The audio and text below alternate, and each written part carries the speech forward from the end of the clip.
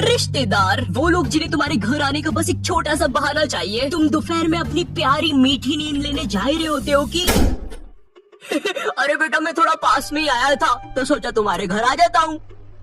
पर मैं तो जंगलों में रहता हूँ। जंगलों में क्या करने आए थे? कहे मेरा घर तो जलाने नहीं आए थे। जैसे तुमने मेरा फ्यूचर जलाया मेरे घर वालों को मुझे इंजीनियरिंग करवाने का बोल के।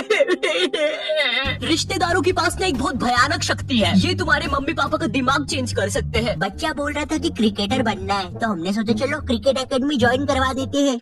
क्रिकेट एकेडमी ज्वाइन करवा देते हैं। भाई साहब आपको क्या बच्चे ने बल्ला मारा है क्या सर पे? नहीं तो जरा अपना दिमाग लगाइए। ये क्रिकेट विकेट में कुछ नहीं रखा। वो अपने विकास जी की लड़की बोल रही थी सिंगर बनूंगी, कुछ हुआ नहीं तो अब नुक्कड़ नाटक में पेड़ बनती है। मैं हूँ एक जादुई पेड़।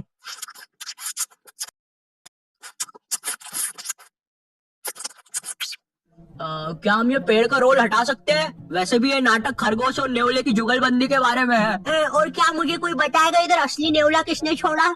अब हमारी फैमिली में एक रिश्तेदार ऐसा होता ही है जिसे ना बहुत जोर से ज्ञान देने की आदत होती है। इसे लगता है कि पूरे ब्रह्मांड का ज्ञान ना इसके पास ही है और इनका मन पसंदीदा काम होता है लोगों को एडवाइस देना। तुमने 10th पास करी, अब सब्जेक्ट कौन सा लेना है वो ये बताएंगे। तुमने कॉलेज पास करा, अब नौकरी कौन सी करनी है वो ये बताएंगे। फैमिली में कोई बीमार है, उसका इलाज ये बताएंगे। फैमिली में कोई मर गया, इलाज इनने बताया था, पकड़ो। अब करियर चुनते समय भी ना ये लोग अपनी टांग बहुत अच्छे से अड़ाएंगे। पापा मुझे गेम बनाने वाला बनना है। अरे बेटा जिंदगी एक पूरा गेम ही तो है। भाई साहब आप इसको बनाओ डॉक्टर, बहुत स्कोप है। मतलब इसकी माँ का मुंह में रजनीगंधा और कदमों में दुनिया।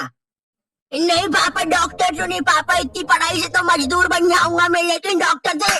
मुंह में रजनीगंधा कदमों में दुनिया, क्या बात कर रहे हैं आप? बाबू नहीं भाई साहब, हाँ मुंह में रजनीगंधा कदमों में दुनिया। इस वीडियो की स्क्रिप्ट लिखने वाले को तो चप्पलों से मार देना चाहिए। तुम्हें पता है रिश्तेदारों की नजर ना अपने बच्चे से ज्यादा दूसरे के बच्चे पे होती है। कल को अगर कोई कांड भी कर दोगे ना तो एक बार को पुलिस को नहीं पता चलेगा, लेकिन इन्हें जरूर पता चलेगा। अरे ऑफिसर मेरी दादी झूठ बोल रही है, मैंने उनकी बत्तीसी से पेट नहीं खुजाई।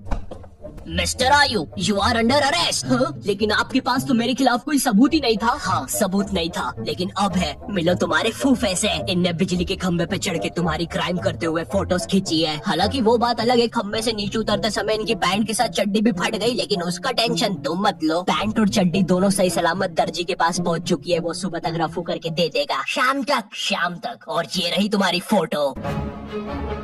गिरफ्तार कर लीजिए मुझे। अब जब भी रिश्तेदार तुम्हारे घर आते हैं तुम्हारे मम्मी पापा तुम्हें उनसे बातचीत करने के लिए बोलते हैं और तुम्हें नहीं पता होता क्या बात करनी है। इतनी अजीब सिचुएशन बनती है ना उस समय। और बेटे कुछ नहीं अंकल, यूं ही।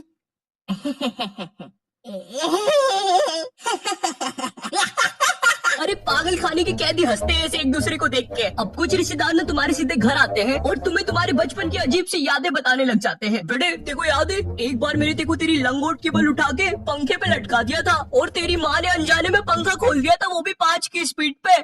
मरते मरते बचा था तू। उस समय तुम्हारे दिमाग में बस एक ही बात आ रही होती है, कौन है ये आदमी और बचपन में ये मुझे क्यों मारना चाहता था। बेटे याद है एक बार तू खुले में मूत रहा था तो तेरे को एक बंदर ने आगे पकड़ लिया था। इतनी बेकार यादें बताएंगे तुम्हें बचपन की, और पता नहीं बटवे के कौन से कोने में इनके पास वो फोटो भी रखी होती है। ये देखो नुन्नी खींच ली थी बंदर ने इसकी। अब ये तो ना फिर भी ठीक है। तुम्हारे साथ कभी ऐसा हुआ है तुम आराम से एक चड्डी में बैठे हो और जेल जैसे कटोरे में दाल चावल खा रहे हो, ठंडी ठंडी हवा चल रही है और सब कुछ मस्त चल रहा है, लेकिन एकदम से तुम्हारे घर पे 10 रिश्तेदार आ जाते हैं। अब जरा सोचो उस चड्डी पे दाल चावल खाते हुए बच्चे पर क्या बीत रही होगी। तुम्हें वहाँ से भागने तक का मौका नहीं दिया जाएगा। भाई पूरा दिमाग सुनने पड़ जाता है इतने सारे रिश्तेदारों के सामने। ए छोटू अपने मालिक को बुलाना तो जरा। मम्मा। अच्छा ये इनका बेटा है। छी